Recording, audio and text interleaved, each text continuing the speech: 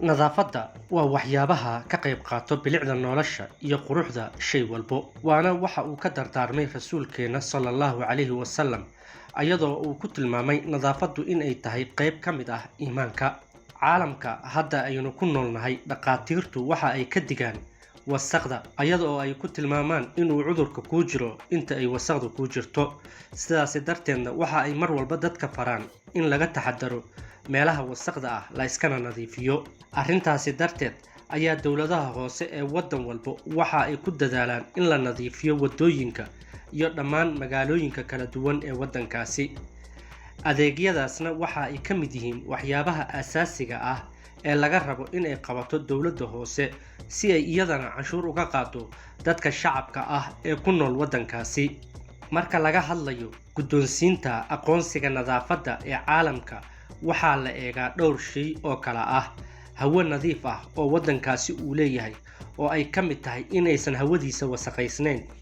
biyo nadiif ah oo ay macnaheedu tahay in dadka jooga waddankaasi oo idil ay haystaan biyo nadiif ah oo weliba caafimaad qabo kaymaha oo ah in la badbaadiyo lana ilaaliyay geedaha ku yaala waddankaasi weliba uu waddankaasi sameeyay dadaalo dheeraad ah oo lagu beerayo geedo cusub isbeddelka cimilada inuu ka qayb qaadanayo oo weliba heerkulka iyo sidaas oo kaleete dhibaatada ay cimilada u geysanayaan waddankaasi warshadihiisa ay yihiin kuwa la xadiday sidoo kaleete waxaa la eegaa nadaafadda guud ee dalka iyo badqabka ummadda ku dhaqan waddankaasi sanad walba waxaa xilligani oo kaleete wadamada caalamka mid ka mid ah la guddoonsiiyaa inuu yahay waddanka ugu nadaafadda badan caalamka taasina waxa ay dhiirigelisaa dadka ku nool waddankaasi ayagoo sii laba jibaara dadaalka ay ku ilaalinayaan bay'adda iyo sidoo kaleete nadaafadda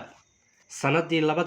2019 ayaa waddanka Japan waxaa loo aqoonsaday inuu ahaa waddanka ugu nadaafadda badan caalamka taasi oo waddankaasi u soo jiiday ammaan fara badan oo ka timid dhammaan caalamka gaar ahaan hay-adda qaramada midoobay u qaabilsan caafimaadka ee magaceeda la yiraahdo WHO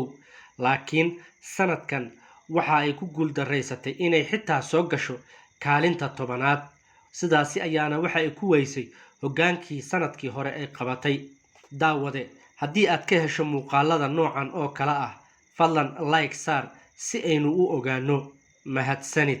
baarayaal ka socday hay-adda la yiraahdo World Economic Forum ayaa waxa ay sanadkani bilad sharafta nadaafadda farta ka saareen waddanka la yiraahdo Switzerland marka aad Switzerland booqato waxa ugu horeeya ee aad dareemayso waa nadaafadda ka muuqato meel kasta oo dalkaasi ka mid ah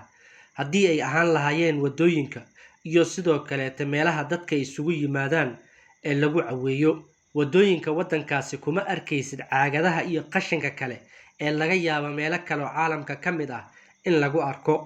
sidoo kale waddanku meel walba waxa uu dhigay goobaha qashinka lagu rido ayadoo weliba lagu xusay qoraallo aad u adkeynaya in qof walba oo qashin wada uu halkaasi ku rido haddii kaleete uu mudanaya ganaax lacageed sidoo kaleete dawladda waddankaasi Switzerland ayaa dadka waxa ay ka mamnuucday wax walba oo qashin ah oo la isticmaalo in ay guryaha dhigtaan ama meelaha la isugu yimaado ay uga tagaan haddii ay ahaan lahayd biyaha caagadaha laga cabo baakadka ama qolofka xanjooyinka laga bixiyo iyo wax walba oo kale oo laga soo iibsado dukaamaha iyo meelaha kaleeto oo ganacsiga ah dalkan waxaa nadaafadda kaalin weyn ka qaatay dhammaan shacabka dalkaasi degan xitaa ardayda yaryar ee iskoolaadka dhigta ee da'doodu ay jirto 12 iyo wixii ka yar waxaa lagu abaabiyaa inay ka qayb qaataan bilicda dalka waxa ayna kaalinta koobaad kaga jiraan dhammaan ilaalinta fayadhowrka dalkaasi iyo bay'adda nadiifinteeda taana sida loogu celcelinayay markii dambe waxa ay noqotay in dalka Switzerland ay la mid noqoto hawl maalmeedka dadka caadiga ah ay qabtaan oo qof walba oo dalkaasi joogo uu ka taxadaro nadaafadda dalkiisa sidoo kaleete qofka marka uu gurigiisa dhaqanayo ama uu nadiifinayo waxa uu sidoo kaleete ka fikiraa jardiinka iyo albaabka iyo banaanka kore wadada marayso isagoo dhammaan dhulkaasi nadiifinaya kuna ridaya wax walba oo qashin ah oo halkaasi uu ku arko goobta ka agdhow ee loogu talagalay in qashinka lagu rido halka caruurta yaryar sidoo kale lagu abaabiyo in la baro dhammaan waxyaabaha dhibaatada u keenaya caafimaadka oo ay ka mid yihiin nadaafad darrada iyo sidoo kaleete in ay yihiin dalkaasi kuwa leh oo looga baahan yahay inay nadiifiyaan sida ay u nadiifinayaan guryahooda. Tuulooyinka waddankaasi ayaa xitaa waxa ay ka mid yihiin meelaha la ilaaliyo nadaafadda.